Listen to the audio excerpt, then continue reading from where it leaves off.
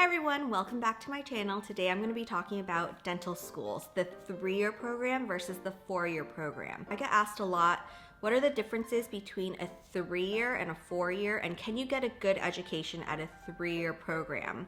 I've also had the unique experience of graduating from a 3-year program and then teaching at a 4-year. So unless you've been to dental school twice, a lot of people really don't have the experience to talk about both programs. Now, before we dive in, I just want to preface this by saying that I only have experiences at UOP, which is the 3-year program, and USC, which is a 4-year program. I graduated from UOP back in 2010, so I was there from 2007 to 2010, and I saw things from the lens of being a student. As far as USC, I was there from 2014 to early 2020, and that's from the lens of being a professor.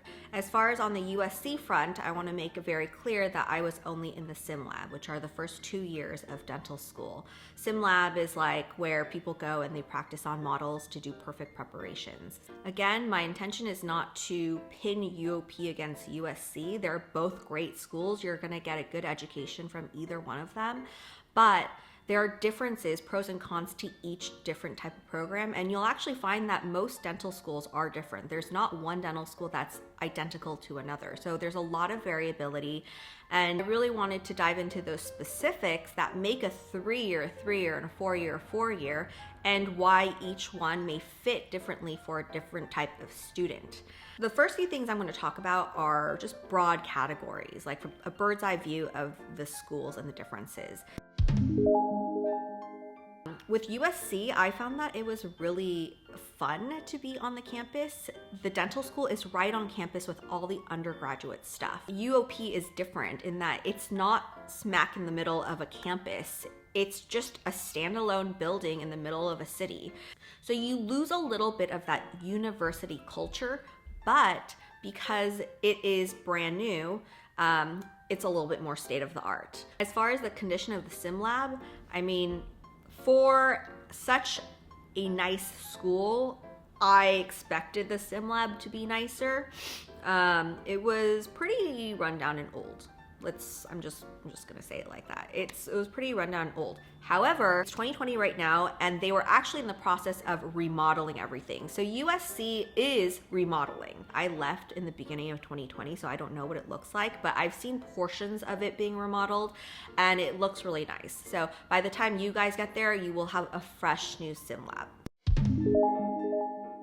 I'm not going to talk too much about price because I think a lot of people already talk about the price of dental school, but both of these schools are private schools and they're very expensive. They're like at the top of the list of being expensive. One thing to consider though is that when you're going to a 3-year program, that last year you can think of it as you're making money that last year if you go straight into private practice, or you can think of it as going into residency, and in residency you do get money, you do make money, and you get a stipend as well. So I think the general idea between a 3-year and a 4-year is that most people think a 3-year is a program that has removed all of the breaks, like winter break, summer break, all those. And yes, when I was at UOP, there were not a lot of breaks, and the breaks were really, really short if we had any. I kind of like that because by the time I would come back from a break, my hand skills, I would notice that they would be a little bit rusty, but we would be able to get back on track. Whereas like if you have a 3-week break and you come back, those hand skills are very wobbly. Like school's been out of sight, out of mind for a long time. So you're basically restarting from scratch.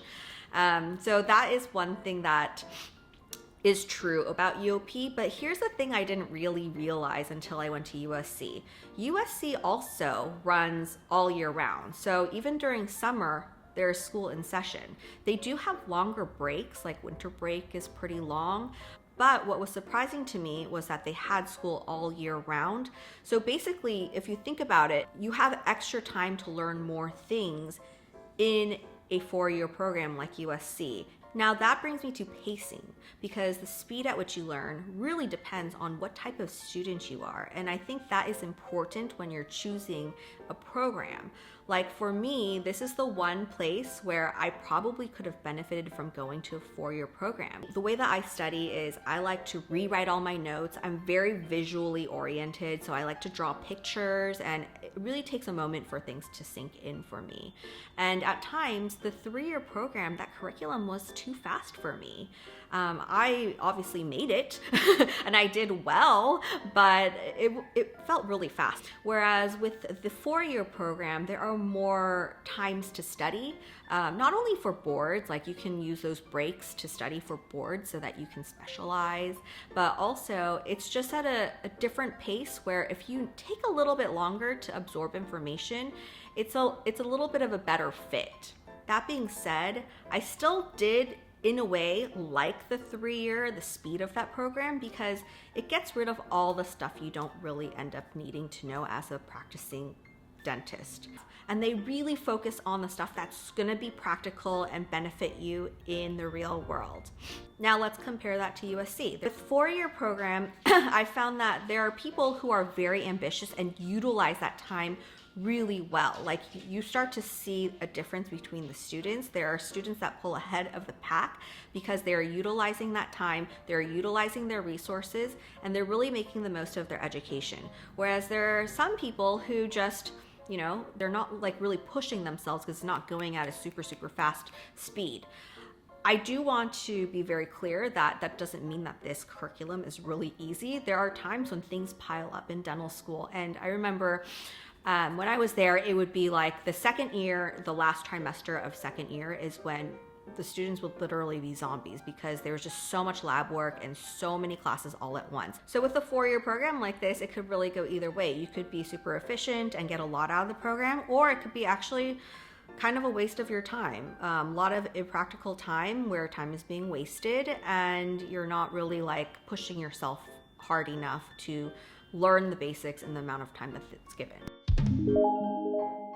And I'm only bringing this up because a lot of the times when you interview for these schools, one of the big selling points is what the faculty to student ratio is. Most of the time, the schools will brag that they have a really great faculty to student ratio, that there's 1 faculty for every 8 students, for example. So the way that the structure usually works is that there is a course director that manages the entire course.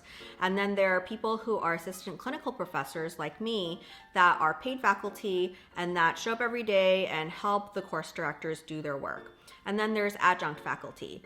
Adjunct faculty are basically volunteer faculty at USC. They do not get paid. They are just taking time away from their clinic, or they're retired and they're coming to volunteer their time for a day, which is really, really nice, When I was at USC, we loved our adjunct faculty. We needed them. Because there's just not enough manpower with all the students. In both of the programs, I would say we have about 130 to 150, like that sort of range, class size for both UOP and USC, and you need faculty to man all those students. But the thing with having adjunct faculty, even though it's really nice of them to come and volunteer their time, is that because this is not a real job for them, they sometimes don't come. They have other obligations. They want to go skiing on that day. They go skiing instead. Like, this is not a true priority. So that makes it really, really hard for the remaining faculty because we're always trying to figure out what type of coverage we have for that day. When I was at USC teaching, sometimes there were days when we were so low on adjunct faculty, and you can't even be mad at them because they're just volunteer faculty, but if they're gone, I'm covering like 3 people's worth of students, and that was honestly like, it gets really frustrating because you're basically not teaching anymore. You're basically just going off and signing off things. And it's really frustrating for students too, because they need someone to look over their work and take a look at everything, like this is hands-on arts and crafts, basically, as a glorified dental school way of thinking about it. We're doing things with our hands, and we need people to look at these preparations and give good evaluations of them. And because we depend so much on adjunct faculty who may or may not show up, a lot of the students, they don't get that feedback that they deserve because we're so short-handed. I'm not saying this is all the time, whereas UOP pays their adjunct faculty as well. It's just a little bit, but even being paid a little bit makes you feel like you're showing up for a job. So it's nice to have people that show up consistently for the students, and for there to be a little bit of that, like, this is a job, you show up for it type of attitude. At UOP, the course directors, remember the people at the top, are basically general dentists. These are professors. Like when I was there, I had Dr. Geisberger, Dr. Kachalia. They are just amazing, amazing clinicians, and they have a pulse on what's going on in the real world and how to be a really good clinician for when we graduate from school as well. At USC, they only have prosthodontists as their course directors, which is really nice, but it makes you realize how different these curriculums can be. I had thought that the prepping parameters are universal amongst every dental school, and that's just not the case. The way that I learned to prep a crown, it turned out to be quite different than what they were doing at USC, even though the basic concepts are the same. So basically, when I started teaching at USC, I had to learn their way of prepping crowns. So as a very specific example of how the crown preps could be different is that at USC, they were teaching for a long time the shoulder bevel crown margin. Whereas at UOP, I was learning chamfers and shoulders, no bevels. And at NYU even, Byron had a different way of prepping as well. Now, is this something that you should be super concerned about or be super alarmed about? No, because the general concepts are the same. And in fact, USC, they have changed their crown prepping to the same thing that I was taught at UOP like 10 years back. So eventually we ended up teaching the same things as UOP. I think overall, USC just teaches in a more classical fashion. It just makes sense because the program is taught by prosthodontists. So it's going all the way back to the old school. Lots of lab work, lots of old classical materials. Because there's extra time in that curriculum, you learn all this stuff. Back when I was in school in 2007, we learned all of our provisionals with Bisacryl. If you're like a pre-dental student and you're watching this, provisionals are basically like the temporary crowns that we make, and Bisacryl is just a type of material that is known to be quite expensive, but it is pretty convenient. So we learned Bisacryl right from the get-go, all those years ago. We did learn acrylic a little bit. Like I think we did a project where we made like Halloween fangs out of acrylic. So we learned acrylic here and there, but really our curriculum was not emphasized on acrylic. And acrylic is like the old school material, tried and true. And that's what they typically learn at USC. As far as like practicality goes, what you end up using a lot of times in private practice after school is Bisacryl. Now at USC, you spend all this time learning traditional acrylic and all the different methods to make provisionals with traditional acrylic. Does it help to learn acrylic? Oh, yes, of course. It's better to have the knowledge of everything, but is it practical? Is it practical is always the question. Like, is it going to help you when you go into private practice? Is it something necessary for you to spend so much time learning? This is probably the course where I had to learn the most amount of stuff in order to start teaching, because I just didn't have to do a lot of this type of lab work when I was in dental school. Like pouring up models and stuff, those are things that a lab will do for you and you pay for when you are an efficient practicing dentist. But it is always nice to have that experience as a student, because then you start to understand why it's important to get a really good impression, and not to just blame the lab for doing bad work when you've given them bad quality stuff.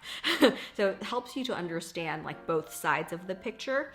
But is it practical? You know. There are people who really take from it and grow from it and enjoy learning. all the lab work behind the scenes. But then I find that most of the students are kind of like puzzled why they're learning all this stuff that they're not going to need to know once they graduate from school. So the last question I get asked really often is, isn't it harder to specialize if you go to a 3-year curriculum? I would say potentially, yeah, for the reasons that I outlined above. Like, there's not as much time to study for boards. There's not as much time to study in general. And that can really impact you if you are a slow learner, like I was. But that being said, a lot of my class specialized and they got into really, really competitive programs. So overall, I would say that maybe it's easier to specialize if you go to a 4-year program because there's more time to study, but you can definitely make it work in a 3-year program as well. Personally, I loved my experience at UOP. I would go there again in a heartbeat if I had to go to dental school again.